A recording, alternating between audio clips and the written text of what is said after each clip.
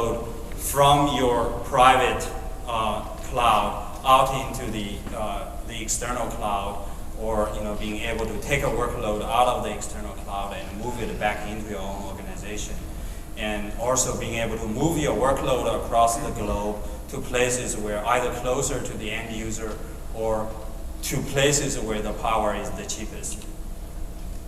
So now I want to Chad, why don't you talk about... Yeah, you bet. So one thing that as we were developing the content on this, we wanted to make this really crystal clear. So often people conflate. They link the idea of disaster avoidance and disaster recovery. And they're two very, very distinct and separate topics. So to make it really crystal clear, everyone here who raised their hand using vMotion, are you also using VMHA? Probably everybody, right? So VMHA is fundamentally about recovery, and vMotion is about avoidance. The core difference is that any sort of approach where you're basing it on a vMotion operation, it can't be done after disaster strikes, right? So the key things are disaster avoidance is obvious. You know in advance the hurricane is coming and you want to move the workload, right? Disaster recovery almost by definition is you didn't know in advance. There was a disaster unplanned and you need to recover. Disaster avoidance, it's possible to be non-disruptive. Conversely, disaster recovery is always inherently slightly disruptive in the sense that there's a recovery time period that is needed.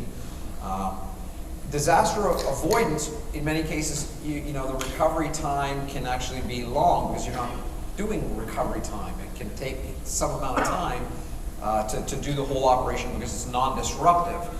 Conversely, disaster recovery, the name of the game is about fast RTO, or recovery time objective that's short.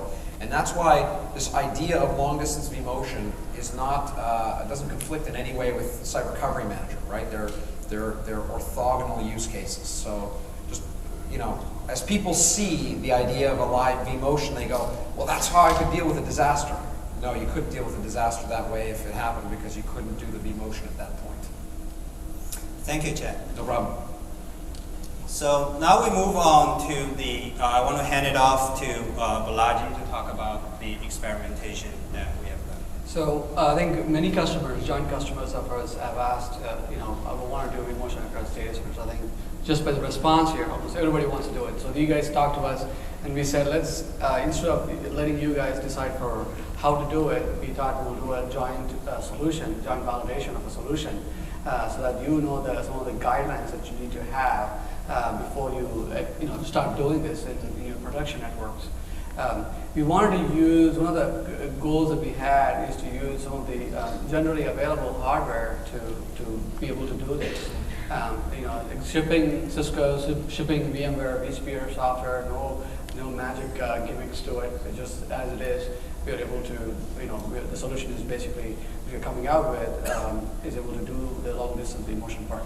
So we'll talk about some of the guidance we are providing as part of Shudong's final section there. And we'll also look at various storage options that Chad is going to talk about. So, one of the things that we did was to have a joint solution paper.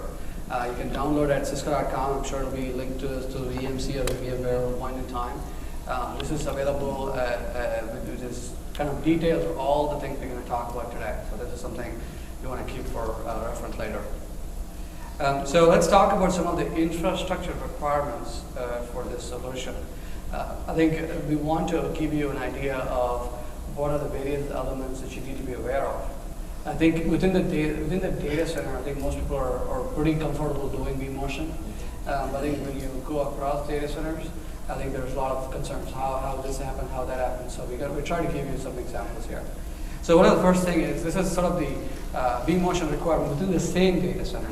And this is sort of the VMware's definition of some of the requirements. You need to have a dedicated gigabit network within the ESX servers. You need to have the same IP subnet available to both the ESX servers so that the IP address of the VM can be retained when it moves to a second ESX server.